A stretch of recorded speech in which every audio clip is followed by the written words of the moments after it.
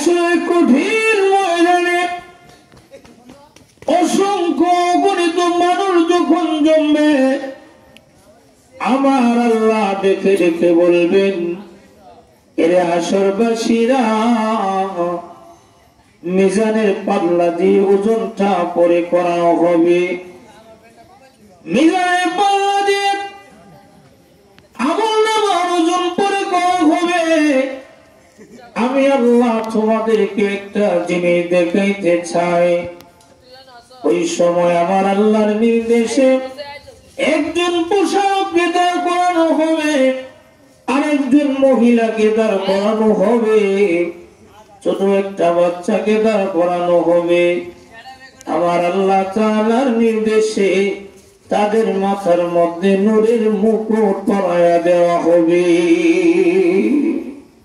সুবহানাল্লাহ। সুবহানাল্লাহ। তাদের মাথার মধ্যে নূরের মুকুট পরাইয়া দেওয়া হবে। নূরের মুকুটের আলো কেমন হবে? পূর্ণিমার চন্দ্রের সেই বেশি আলোকিত হবে। সুবহানাল্লাহ।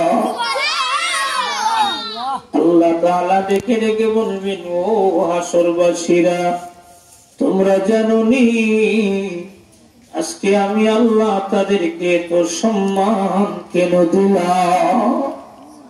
ও হাসরবাসীরা, এমন মর্যাদা আমি আল্লাহ কেন দিলাম? এমন সম্মান আমি আল্লাহ তাদেরকে কেন দিলাম? হাসরবাসীরা বলবে, আল্লাহ এই পোশাক আর মহিলাটাকে বাচ্চাটাকে এত মর্যাদা তুমি কেন দিলা জানতে চাই। ওই সময় আল্লাহ ডেকে ডেকে বললেন, ও হাসরবাসীরা, এই পোশাক আর এই মহিলাটা মিলে এই বাচ্চাটাকে জন্ম দিয়েছে। এই বাচ্চার সিনার ভিতরে আমি আল্লাহ 30 পারা কোরআন জমা আছে। যে মা বাবা এমন সুসন্তান জন্ম দিয়েছে,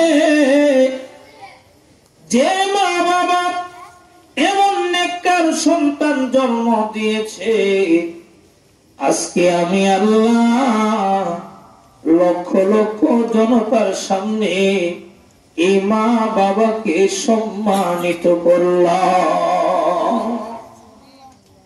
ভাই আমার, ওই দিন প্রধানমন্ত্রীর মাথার মধ্যে নূরের মুকুট পরানো হবে না, এমপি মন্ত্রীর মাথার মধ্যে নূরের মুকুট পরানো হবে না।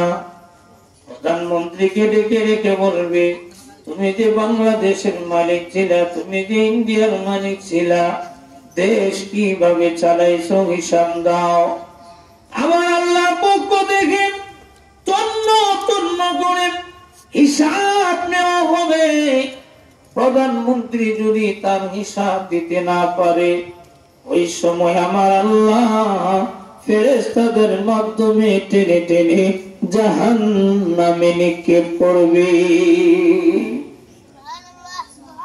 ভাই আমার, আর হাফেজ কোরআনের এত মর্যাদা, হাফেজ কোরআনের এত সম্মান, যে মা বাবা কষ্ট করে ওই সন্তানগুলিকে মানুষ করেছে, হাফেজ কোরআন বানিয়েছে, আল্লাহ তাআলা কাল কিয়ামতের দিবসে ওই মা বাবাকে লক্ষ লক্ষ জনতার সামনে সম্মানিত করবে।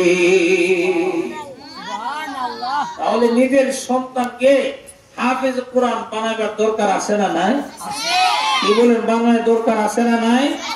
আলেমে কোরআন বানানোর দরকার আছে না নাই? সন্তানগুলিকে ডাক্তার বানান, ইঞ্জিনিয়ার বানান, না নাই, কমসে কম একটা সন্তানকে আলেম বানান, একটা সন্তানকে হাফেজ কোরআন বানান, একটা সন্তানকে আলেমে কোরআন বানান। ওই সন্তানের ওসিলা আল্লাহ তাআলা আমাকে আপনাকে মাফ করে দিতে চান। ভাইরা আমার, হাফেজ কোরআনের এত মর্যাদা, এত দাম। এমন 10 জন ব্যক্তি তার পরিবারের মধ্যে যাদের উপর জাহান্নাম ওয়াজিব হয়েছে জাহান্নামে যাইবগা, আল্লাহ হাফিজ কোরআনে এমন পাওয়ার দিবে, তার সুপারিশের দ্বারা 10 জন জাহান্নামীর আল্লাহ মাফ করে জান্নাতের মালিক বানায় দিবে। সুবহানাল্লাহ কন্যা।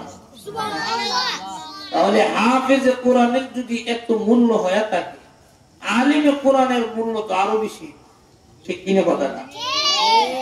সে শুধু কোরআনের ইবারত গুলি মুখস্থ কইরা যদি এত মর্যাদা থাকে, এত সম্মান থাকে, আর এই কোরআনের ইবারত গুলির ব্যাখ্যা যে জানছে, কোরআনের তাফসীর যে শিক্ষা গ্রহণ করছে, কোরআনের বিশ্লেষণ যে জানছে, সে তো আলিমে কোরআন, তার মর্যাদা আল্লাহ তাআলার কাছে আরো বেশি, ঠিক না?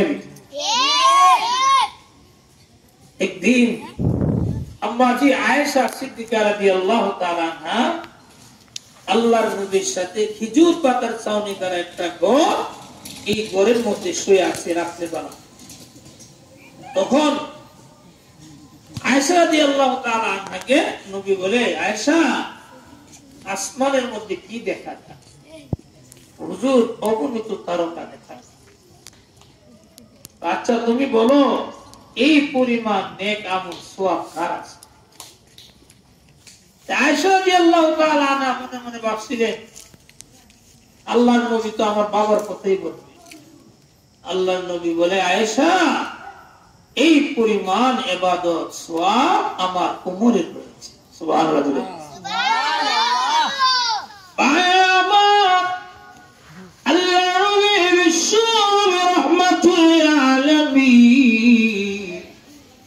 যখন উমরের কথা বলেছে, আম্মাজি আয়েশা সিদ্দিকা রাদিয়াল্লাহু তাআলা আনহার চেহারা মলিন হয়ে গেছে।